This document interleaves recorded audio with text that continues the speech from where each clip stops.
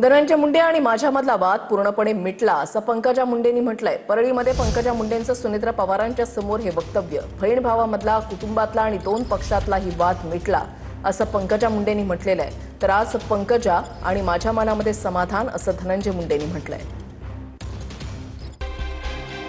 बीड जिल्ह्यातील मुंडे कुटुंबामधला राजकीय संघर्ष हा अखेर मिटलाय। पंकजा मुंडेंनी काल परळीमधील कार्यक्रमात याची जाहीर घोषणा केली आहे। मध्ये पशुवैद्य आणि पशुविज्ञान महाविद्यालयाचा भूमिपूजन सोहळा पार पडला। या सोहळ्याला उपमुख्यमंत्री सुनेत्रा पवार देखील उपस्थित होत्या। या सोहळ्यात भाषण करताना पंकजा मुंडेंनी संघर्ष संपल्याचं जाहीर केलंय। तसं कधी कधी आपसातला संघर्ष आपल्या लोकांच्या विकासाला खुंटवत असतो। मला आज आनंद आहे की या मंचावर आपसातला संघर्ष आता मिटलेला आहे। माझ्या भावा बहिणीतला मिटलेला आहे, आमच्या दोन घरामधला मिटलेला आहे, दोन परिवारामधला मिटलाय, दोन पक्षामधला मिटलाय। आणि स्वर्गीय अण्णांना ज्या पशुधनाची आवड होती त्या महाविद्यालयाचं पण या ठिकाणी आज महाविद्यालयाचं भूमिपूजन होतं। मनामध्ये काही जरी झालं तरी मुलगा असो मुलगी असो आपल्या वडिलांचं एखादं स्वप्न एखादं काम कुठल्या तरी माध्यमातून पूर्ण केलं, त्याची व्याप्ती मोठी दाखवली तर एक समाधान मिळतं। ते समाधान नक्कीच आज पंकजाताईच्या मनामध्ये आहे, माझ्या मनामध्ये सुद्धा नक्कीच आहे। सध्या जरी या बहीण भावांमध्ये संघर्ष मिटला असला तरी काही वर्षांपूर्वी हे दोघेही राजकारणात एकमेकांचे कट्टर विरोधक होते। गोपीनाथ मुंडे हे हयात असताना पंकजा मुंडे आणि धनंजय मुंडेंमध्ये संघर्षाची ठिणगी पडली। 2009 मध्ये गोपीनाथ मुंडे हे लोकसभेत गेले।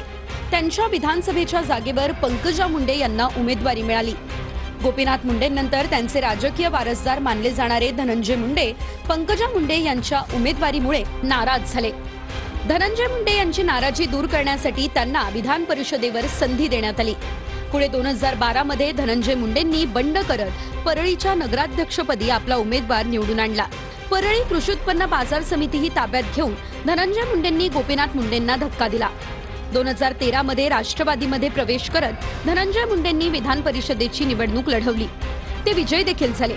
2014च्या विधानसभा निवडणुकीत परळीमध्ये पंकजा मुंडे आणि धनंजय मुंडेंमध्ये लढत झाली। पंकजा मुंडे विजयी झाल्या।